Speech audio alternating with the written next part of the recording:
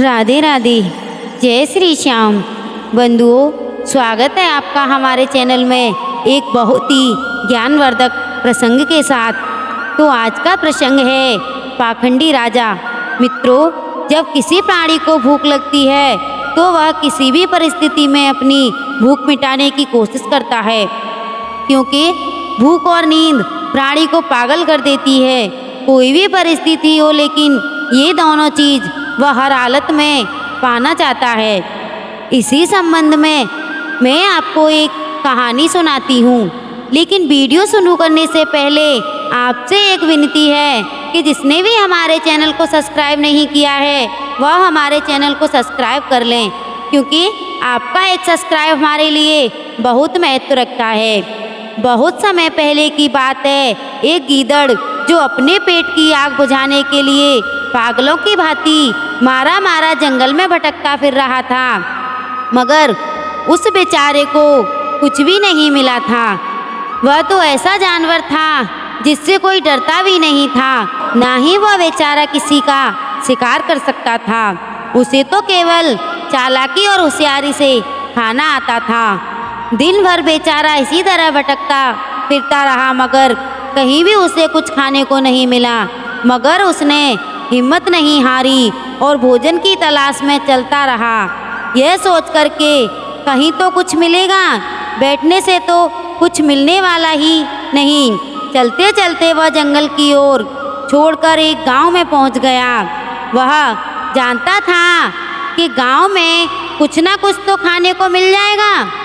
वह यह भी जानता था कि लोग कहते हैं कि जब गीदड़ की मौत आती है तो वह गांव की ओर ही भागता है, मगर भूख के आगे लोग मौत को भी भूल जाते हैं। यही हाल बेचारे उस गीदड़ का था। वह सब कुछ भूल चुका था, उसे कुछ याद ना था। याद था तो केवल यह कि उसे कुछ खाने को चाहिए, क्योंकि भूख के कारण उसका पेट जल रहा था। इसी खाने की तलाश में वह भटकता हुआ एक धोबी के घर में घुस गया। वहाँ पर थोड़ा सा बासी खाना पड़ा था, जिसे खाकर उसको थोड़ी राहत मिली और वह वहाँ से जल्दी जल्दी निकलना चाहता था। उसे डर था कि कहीं घर वालों की आँख खुल गई तो उसे वह खूब मारेंगे। इसी कारण वह अंधेरे में तेजी से वहाँ से बाहर निकलने लगा, मगर रास्ते में धोबी ने कपड़े रंगने के लिए नील का पानी बड़ा टब पर रखा हुआ था। वह उसी में जा गिरा। बड़ी मुश्किल से वह उस टब से बाहर निकल पाया, मगर जब टब से बाहर निकला तो उसका रंग ही बदल गया। सारे शरीर पर नीला नीला रंग हो गया। अब वह देखने में गीदड़ नहीं बल्कि कोई विचित्र जानवर लगता था। वैसे भी नीला रंग कभी भी अपना रंग नहीं छोड़ता, ऐसा बड़े लोगों का कहना है। गीदड़ पर भी नीला रंग चढ़ चुका था। वह अब जंगल की ओर तेजी से भाग रहा था।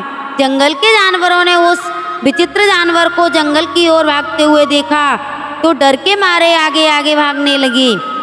उन्हें इस प्रकार भागते देखकर गीदड़ जोर से बोला, भाइयों, आप लोग क्यों डर रहे हो, इस प्रकार भाग रहे हो? मैं तुम्हारा शत्रु नहीं, मुझे तो यह सब कुछ भगवान ने ही दिया है।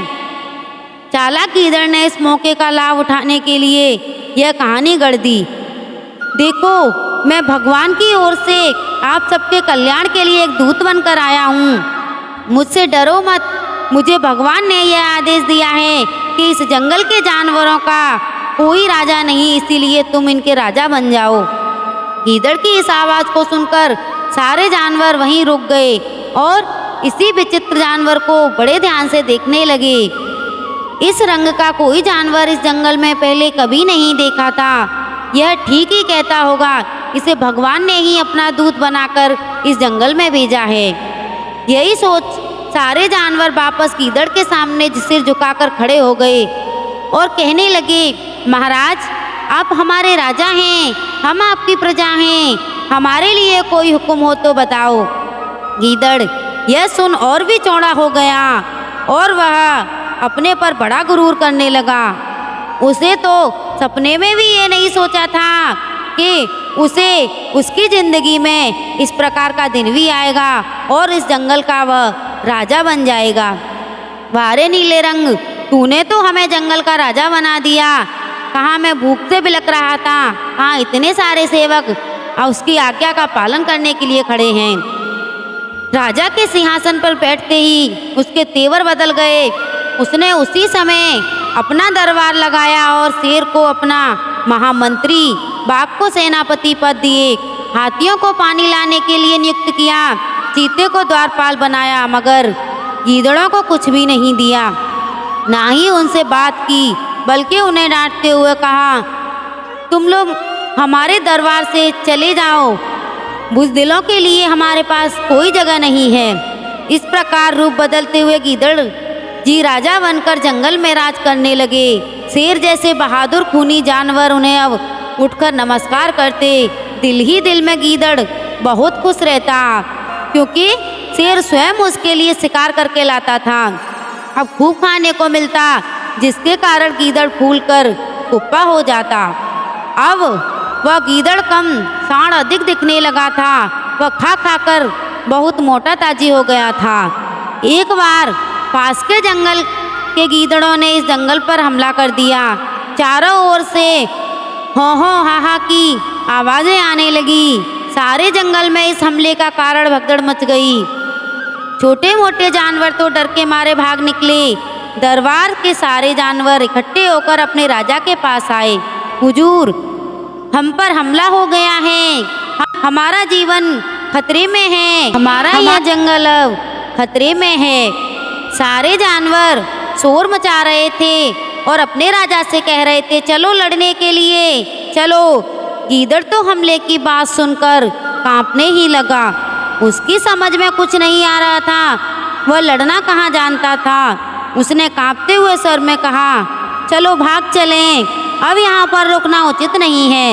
यदि हमें अपनी जान बचानी है तो भागना ही होगा। शेर, चीते, बाघ ने जब उसके मुंह से ऐसे शब्द सुने तो वह डरकर भाग रहा था। यह राजा नहीं, ढोंगी है। बस फिर क्या था, सबके सब उस पर टूट पड़े। गीदड़ तो था ही गीदड़, अब ढोल की पोल खुल चुकी थी। वह खूब पिटा और शेरों ने भी उसका काम तमाम कर दिया। मित्रों, हमें इस कहानी से यह सीख मिलती है कि यदि अपना कल्याण चाहते हो तो जिस मनुष्य के हाव भाव का, कुल का और पराक्रम आदि का पता ना हो, उससे भूल कर भी विश्वास ना करें। और जो लोग इस संसार में पाखंड फैला रहे हैं, भगवा रंग पहनकर, तिलकधारी बनकर जनता को ठग रहे हैं, उनकी असलियत आने पर सामने उनका भी यही हाल होता है जो इस गीदड़ का हुआ था। मित्रों, आपको हमारी कहानी अच्छी लगी हो तो हमें कमेंट में बताएं और वीडियो को लाइक, चैनल को सब्सक्राइब अवश्य करें। धन्यवाद।